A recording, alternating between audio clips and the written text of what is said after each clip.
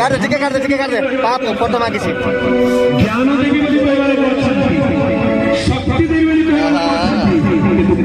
ବଢିଆ ତାର ଉଠେଇଲା ହାଲେଲୁୟା। ବର୍ତ୍ତମାନେ ମଧ୍ୟ ଆସିଲେ, ସେ ପରିତ୍ରାଣ ଦେବା ପାଇଁ ଆସିଲେ। ସେଥିପାଇଁ ବାଇବେଲ ଶାସ୍ତ୍ରରେ ଲେଖାଯାଏ, ପ୍ରେରିତ ପୁସ୍ତକ 4 ପର୍ବ 12 ପଦରେ, ପ୍ରେରିତ ପୁସ୍ତକ 4 ପର୍ବ 12 ପଦ।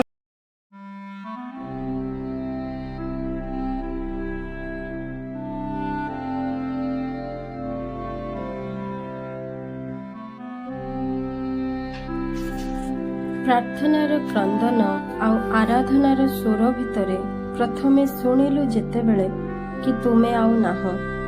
ଚାଲି ଯାଇଛ ନିଜ ପ୍ରିୟତମଙ୍କ ପାଖକୁ, ପର କରି ନିଜ ପ୍ରିୟ ଲୋକଙ୍କୁ। ବିଶ୍ୱାସ ହେଲାନି ନିଜ କାନକୁ, ଆଉ ବିଶ୍ୱାସ ହେଲାନି ସେହି ପ୍ରତିଟି ଶବ୍ଦକୁ। କ'ଣ କରିବୁ ଏବେ? କାନ୍ଦିବୁ ନା କନ୍ଦାଇବୁ? ନିଜେ ଶୁଣିବୁ ନା ଅନ୍ୟକୁ ଶୁଣାଇବୁ? ସବୁ କିଛି ଶୂନ୍ୟ ହୋଇଗଲା, ଆଉ ଥମିଗଲା ତୁମ ସାଥିରେ ଚିରନ୍ତନ ପାଇଁ ସେ ଅଭୁଲା ସ୍ମୃତି ହୋଇ। ଚାଲିଗଲା ତୁମେ ଆମକୁ ଅନାଥ କରିଦେଇ। କେବଳ ତୁମେ ବାପା ନଥିଲ, କିନ୍ତୁ ଜନ୍ମ ନ ଦେଇ ହିଁ ବାପାଠାରୁ ବଳି ସବୁ କରି ଯାଇଥିଲ। କାହାର ଭାଇ, କାହାର ପୁଅ, ସାର୍, ନେତା, ଶିକ୍ଷକ, ଆଉ କାହାର ବନ୍ଧୁ ତ କାହାର ମାର୍ଗଦର୍ଶକ ସାଜିଥିଲ। ପାଳକ ସାଜି ସବୁବେଳେ ପାଳନ କଲ, ଆଉ ଆତ୍ମାର ପ୍ରହରୀ ସାଜି ପ୍ରତି ମୁହୂର୍ତ୍ତରେ ଜଗି ରହୁଥିଲ। ଚାଲିବା, ଉଠିବା, ବସିବା ଆଉ ଖ୍ରୀଷ୍ଟଙ୍କ ଠାରେ ଦୌଡ଼ିବା ମଧ୍ୟ ଶିଖାଇଲ। ଏବେ ଆମେ ଶିଖିଛୁ, ତୁମେ ଯାହା ଶିଖାଇଛ ସବୁ ଶିଖିଛୁ, କିନ୍ତୁ ବୁଲି ପଡ଼ି ତୁମକୁ ଚାହିଁଲା ବେଳକୁ ତୁମେ ଆଉ ନାହ। କ'ଣ ତୁମେ ଦେଖିବ ନାହିଁ, ତାଗିଦ କରିବ ନାହିଁ, ନା ସଂଶୋଧନ କରିବ ନାହିଁ? ଟିକେ କଠୋର ସ୍ୱର ଆଉ ପ୍ରେମର ପାଞ୍ଚଣ ନେଇ କ'ଣ ଆଉ ସଜାଡ଼ିବ ବି ନାହିଁ? ଆମେ ଭାଙ୍ଗି ଯାଇଛୁ, ଆଉ ନଈ ପଡ଼ିଛୁ, ଉଠାଇବାକୁ କେହି ନାହିଁ। କିନ୍ତୁ ଜାଣୁ, ତୁମେ ନଥିଲେ ମଧ୍ୟ ରହିଯାଇଛ ଚିରଦିନ ପାଇଁ ଆମ ହୃଦୟ ଭିତରେ ଶିକ୍ଷା, ଚେତନା ଓ ବାକ୍ୟର ଭଣ୍ଡାର ନେଇ। ତୁମ ଦର୍ଶନକୁ ଆମେ ଦେଖିବୁ, ତୁମରି ହସରେ ଆମେ ହସୁଥିବୁ, ପ୍ରେମ କରିବୁ, କ୍ଷମା କରିବୁ, ଅଭାବ ଭରିବୁ ଆଉ ସାଉଁଟି ନେବୁ।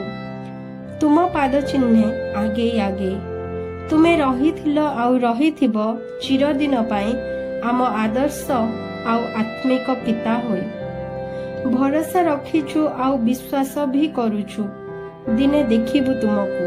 ହଁ, ଦେଖାହେବ ଦିନେ ତୁମ ସାଥିରେ ସାଧୁଙ୍କ ମେଳରେ, ମେଘ ଉହାଡ଼ରେ, ଆମ ପ୍ରିୟତମଙ୍କ ପାରାବାରରେ।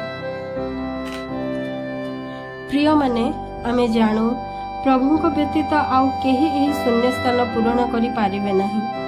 ତେଣୁ ଆମେ ତାଙ୍କରି ଠାରେ ଆଶ୍ରା ନେଉ। ଅତ୍ୟଧିକ ମର୍ମାହତ ବା ନିରାଶ ନ ହେଉ, କିନ୍ତୁ ପୁନରୁତ୍ଥାନ ଓ ପୁନର୍ମିଳନର ସେହି ଆଶା ଓ ଭରସା ନେଇ ପରସ୍ପରକୁ ଶାନ୍ତି ଓ ସାନ୍ତ୍ୱନା, ସାହସ ଓ ଉତ୍ସାହ ଦେଉ। ଆମେ ମଧ୍ୟ ସପରିବାର ସହ ଦୁଃଖିତ ପରିବାର ନିମନ୍ତେ ପ୍ରାର୍ଥନା ସଙ୍ଗେ ସଙ୍ଗେ ପ୍ରତ୍ୟେକକୁ ଉତ୍ସାହ ପ୍ରଦାନ କରୁଅଛୁ।